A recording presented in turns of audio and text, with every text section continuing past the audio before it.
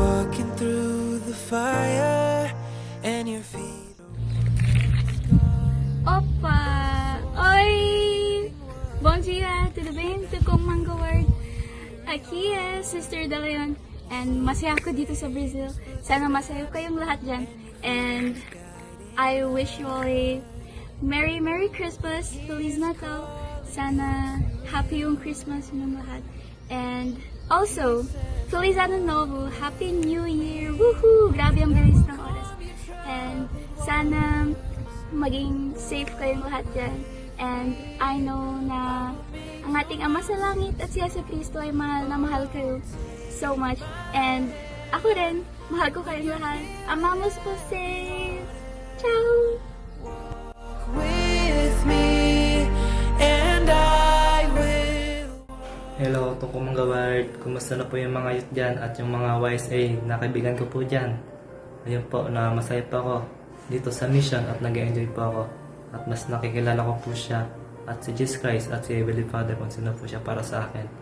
And ayun po, malapit na po yung Pasko at yung bagong taon. Merry Christmas po and Happy New Year! Bye-bye! And showed the world his love. 姉妹の兄弟の皆さん、メリークリスマス。私はロドリゲス姉妹です。Let's all remember the birth of Jesus Christ as we approach this Christmas. I love you so much. Ingat po kayo. Merry Christmas! And I will calm your troubled waters. Yeah, hello, my people. How you coming on? How is the Philippines? Are you doing all right?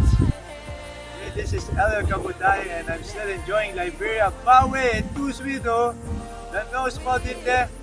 But my brothers and sisters, sobrang tagal ko na po bago yung huling pagkikita natin. Pero eto, hindi ko pa rin po kayo miss, kaya wag po kayo mag-alala sa akin. Pero ginagawa ko po yung best ko para magpatuloy dito sa Liberia and upang tulungan yung mga tao dito. At gusto ko lang sabihin na magkaroon po kayo ng maligayang Pasko at have a Happy New Year, brothers and sisters. Goodbye! Me, and I will calm your troubled waters. Magmang Pasko po sa Indong Gabos, brothers and sisters. Ako po si Elder Pagod at nandito ako ngayon sa Kamalig, Albay under Philippines Legazpi Mission. Grabe, ang bilis po ng araw at namiss ko po kayong lahat. So ngayong Pasko, sobrang exciting po siya. At ito yung second Christmas ko dito sa Mission Field. At namimiss ko po kayo dyan sa Tungkong Manggaward. At nakakatuwa po yung mga balita sa ating ward, sa progress po na nangyayari. At dito sa Mission Field, sobrang marami rin pong experiences and learnings. So I encourage lahat ng youth and mga YSA na nagpe-prepare sa mission kasi masaya talaga mag-serve sa Diyos. This Christmas, may we all be filled with the love of God.